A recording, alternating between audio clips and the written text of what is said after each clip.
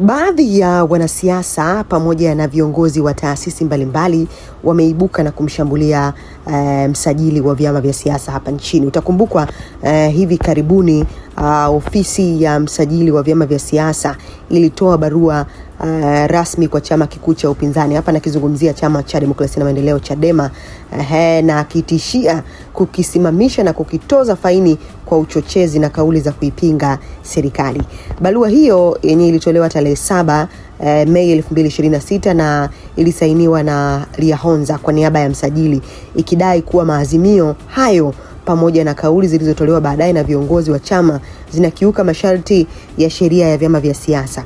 Barua ya msajili inahitaji ama inazungumzia sana video ambayo inasambazwa kwenye mitandao ya kijamii inayomhusisha makamu wa chama Tanzania Bara John Heche. Kwa mujibu wa barua hiyo, Heche alisema kuwa chama kinapanga kuandaa maandamano nchi nzima kushinikiza kuachiliwa kwa mwenyekiti wao taifa Tundu Lissu. Barua hiyo inaeleza kuwa Heche alitoa kauli hizo wakati wa kumbukumbu ya mwaka mmoja tangu Lissu afunguliwe mashtaka ya jinai. Ilikuwa Aprili 9, 2026. Sasa kwa mujibu wa msajili, anadai kuwa kauli hizo zinakiuka kifungu cha 9 kidogo cha pili cha sheria ya vyama vya siasa sura ya 258 toleo lililorekebishwa la 2023 ambacho kinazitaka vyama vya siasa kufanya shughuli zake kwa kuzingatia katiba ya Jamhuri ya Muungano wa Tanzania, katiba ya Zanzibar na sheria ya vyama vya siasa. Sasa kuna baadhi ya wanasiasa na viongozi wa taasisi mbalimbali wameibuka na kusema kwamba msajili wa vyama anakiuka utaratibu ama anaua demokrasia.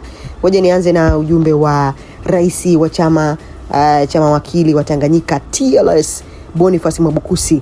Amesema ofisi ya msajili wa vyama vya siasa inapaswa kudhibitiwa kabla haijasababisha maafa kwa mara ya pili. Kauli ambayo inakuja baada ya msajili kuiandikia barua Chadema akiitaka ijieleze kwa nini usajili wa chama hicho usisimamishwe au chama kutozwa faini kwa kukiuka masharti ya sheria ya vyama vya siasa ikiwemo masharti ya usajili. Kwenye andiko lake alilochapisha leo Mei 14, 2026 kwenye ukurasa wa X, Mwabukusi amesema tumeshauri sana na tunaendelea kushauri ofisi ya msajili wa vyama ndio chemichemi ya vurugu za kidemokrasia ndani ya vyama vya upinzani na ina mchango mkubwa katika vurugu za Oktoba 29.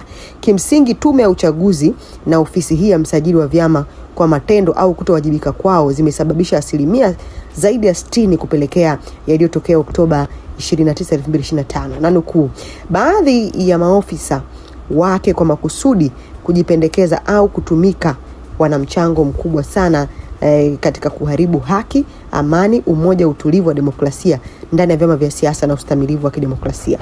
Ofisi hii inafanya na kutenda kwa kuzingatia uonevu, ubaguzi, hila na inaongozwa kwa matumizi mabaya ya mamlaka. Tunaweza tukalaumu vyombo vingine vya kusimamia sheria kama polisi, jeshi, mahakama na vyombo vingine vya ulinzi, ila tusisahau kuwa kinu kinachofua na kuandaa hila, fitina na machafuko ni ofisi ya msajili wa vyama vya siasa ambayo imeacha kazi ya kusajili vyama na imegeuza ofisi ya kuvuruga utulivu ndani ya vyama na kuminya uhuru wa kidemokrasia na ushiriki mpana wa vyama vya siasa.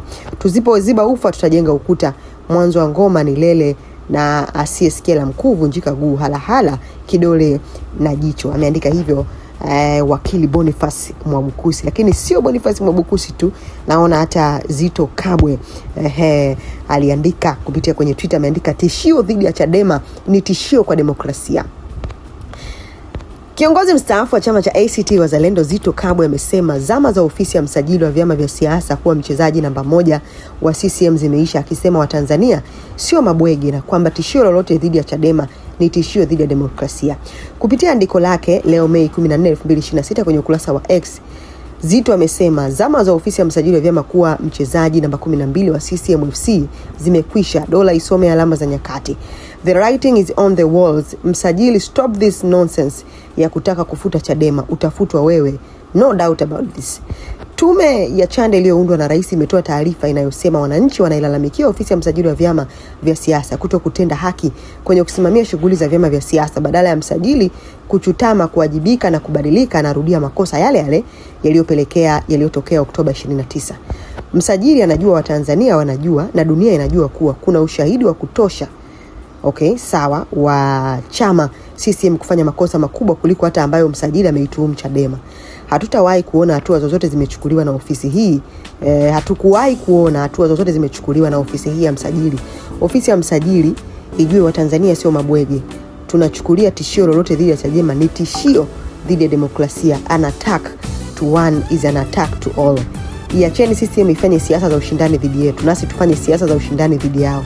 Acheni kuwa mbeleko ya CCM, mtaanguka nao. Ujumbe huu sio wa msajili tu, bali pia ni wa vyombo vya usalama. Pia kaeni pembeni. Acheni vyama vya siasa vifanye siasa. Mnataka watu wangapi wafe ili mpate somo?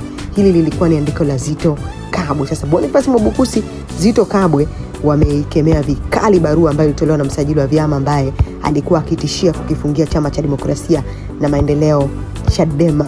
Hii ni VOT Media.